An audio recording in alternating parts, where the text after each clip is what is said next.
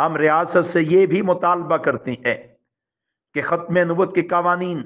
اور ناموس رسالت کے قوانین کے بارے میں اپنی ذمہ داری ادا کرے اور پوری طرح اپنی ذمہ داری کو ادا کرے۔ جب ریاست کسی قانون کو بنا دیتی ہے تو وہ ضامن بنتی ہے کہ آئندہ اس قانون کی حفاظت ہماری ذمہ داری ہے، وہ ضامن بنتی ہے کہ آئندہ اس قانون کو نافذ کرنا ہماری ذمہ داری ہے، وہ ضامن بنتی ہے کہ آئندہ اس قانون کے خلاف پروپیگنڈا کرنے والے، آواز اٹھانے والے،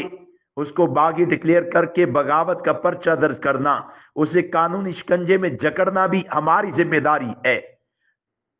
ختم نبوت کا قانون ریاست نے بنایا ہے، ناموس رسالت کا قانون ریاست نے بنایا ہے، تو ریاست یہاں بھی اپنی پوری ذمہ داری کو ادا کرے۔ 302 کا قانون ریاست نے بنایا، ریاست اس قانون کی حفاظت کر رہی ہے۔ کوئی اس قانون کے خلاف کرے، کسی کی جان تلف کر دے، ریاست مجرم کو قانونی کٹہرے میں لاتی ہے،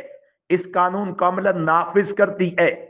اور اگر کوئی شخص 302 کے قانون کے خلاف آواز لگائے تو ریاست اسے باغی سمجھتی ہے، اسے بھی قانون کے کٹہرے میں لاتی ہے۔ ہم ریاست سے کہتے ہیں ختم نبوت کا قانون بنا،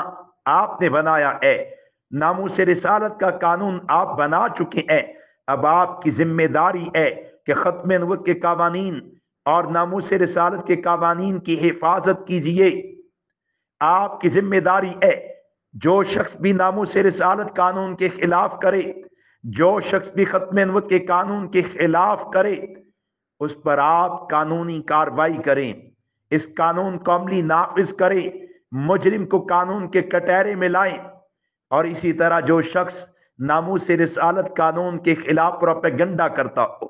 ترمیم کی آواز لگاتا ہو، بغاوت پھیلاتا ہو، ختم نبوت کے قوانین کے خلاف پروپیگنڈا کرنے والا ہو، تو اس کے خلاف بھی کارروائی کرنا آپ کی ذمہ داری ہے، یہ آپ کی ذمہ داری ہے۔